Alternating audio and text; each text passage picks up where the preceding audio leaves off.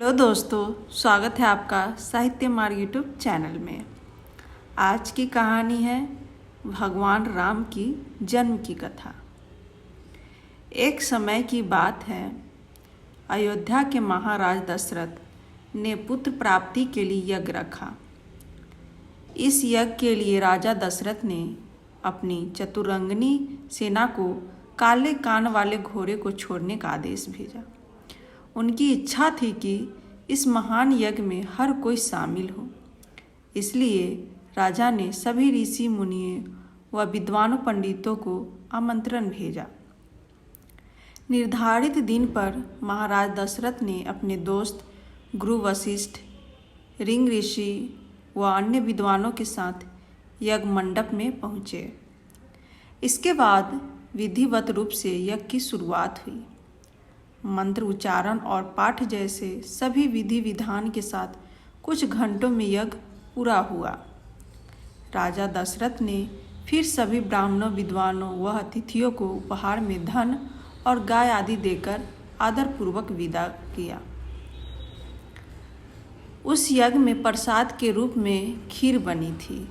उस प्रसाद में पुत्र प्राप्ति का आशीर्वाद था, जिसे खाने के बाद तीनों रानियां गर्भवती हो गई।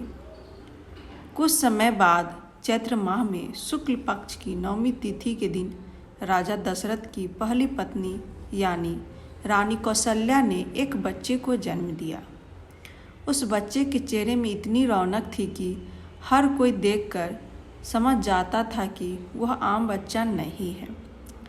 इसी तरह राजा की दूसरी रानी केकई ने एक पुत्र और तीसरी रानी सुमित्रा ने 2 पुत्र को शुभ नक्षत्रों में जन्म दिया।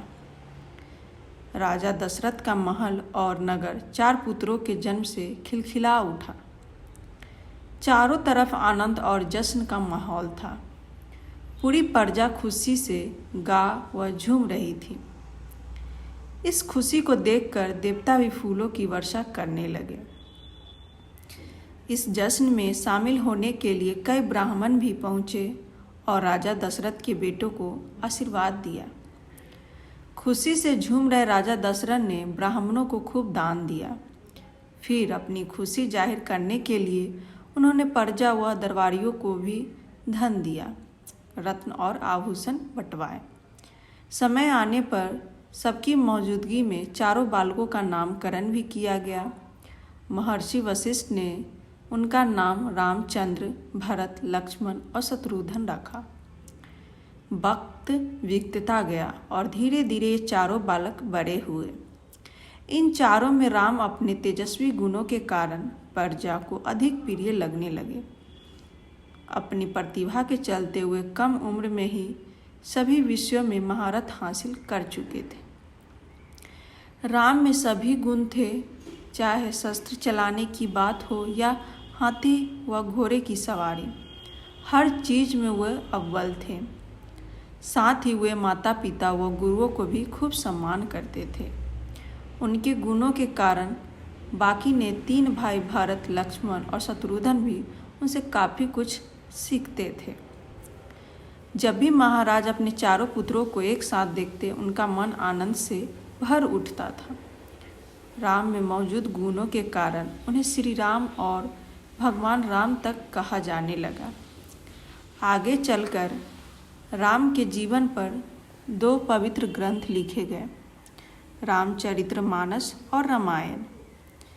इस कहानी से हमें यही सीख मिलती है, व्यक्ति के गुण ही उसे पहचान दिलाते हैं। अगर गुण और संस्कार अच्छे हो तो वह भगवान तुल्य हो जाता है। इस वीडियो को लाइक करें, शेयर करें एंड सब्सक्राइब करें। धन्यवाद।